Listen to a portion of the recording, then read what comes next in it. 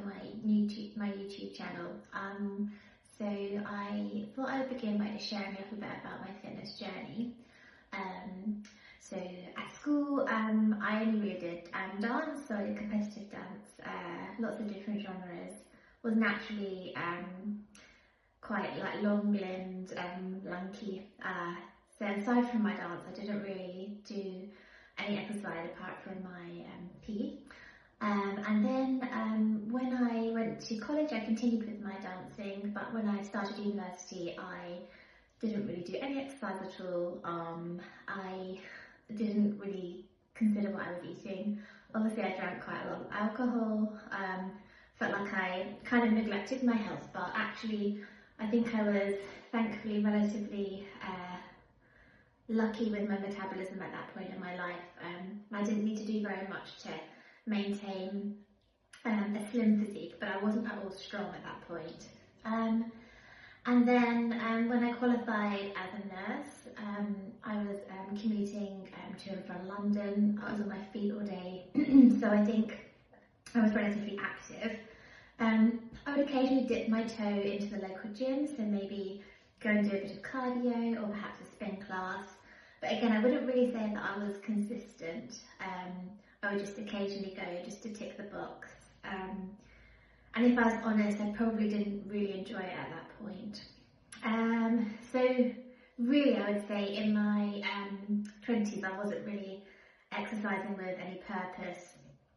In my 30s, I travelled and I had children and I got married.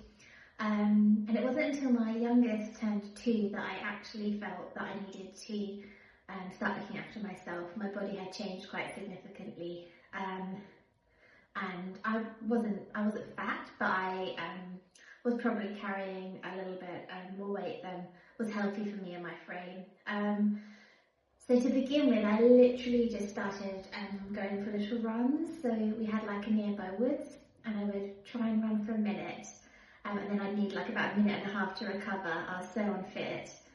But I would do that, and I gradually built up so I could run a little bit further. And then I decided that I would join a local gym. And again, lived on the cardio equipment probably for about 6 months. Treadmill, cross trainer, Stairmaster, and would occasionally glance over at the weight training area. But I was quite intimidated by it. I didn't really know what I was doing. But eventually I thought, I'm just going to research it and try. So I started to dip my toe into strength training, and I would say that's truly where I found my love for strength training. I really enjoyed it. I really noticed significant changes in my physique.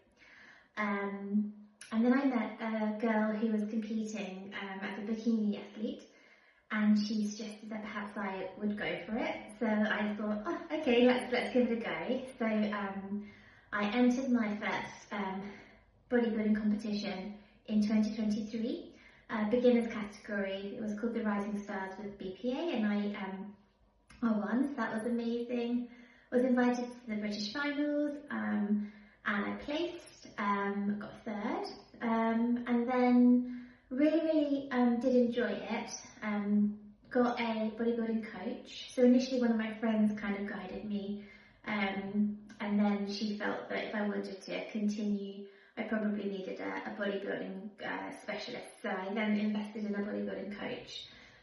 Competed with another federation called Pure Elite, and again I placed, so I was really pleased because I was very amateur, very beginner.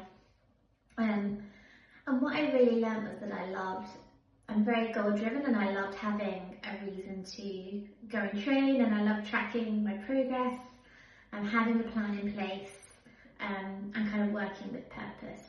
So that was kind of a little bit about my journey.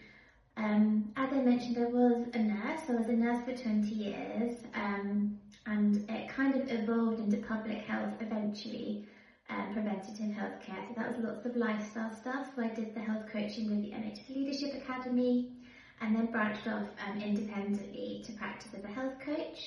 But that evolved again into becoming more of a health and fitness coach. So I did my level 3 personal training. I now practice as a personal trainer, but I always have health as my overriding purpose. So we know that Strength training is really important for all ages, but particularly as we age, because we know that we lose some of our muscle mass, so it's really important to maintain that kind of functional health. I love doing exercise classes. I want people to find the love for fitness that I've found.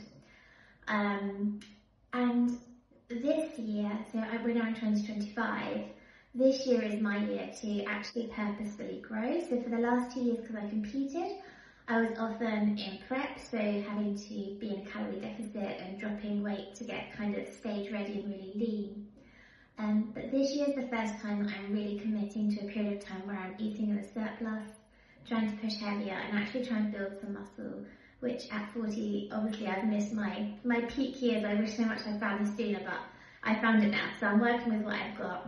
So I'm trying really hard this year to build some muscle, progressively overload, hit my nutrition just right, with a view that I'm going to compete again in 2026 and hopefully bring a much stronger physique to the stage. So that's a little bit about me, and I plan to share kind of updates on my personal journey, and hopefully share a little bit about me and my life and how I work this in alongside my job and my husband and my children, social life, which is amazing this year because I've got a social life again. Thank you for listening, and I hope you enjoyed it. Thank you.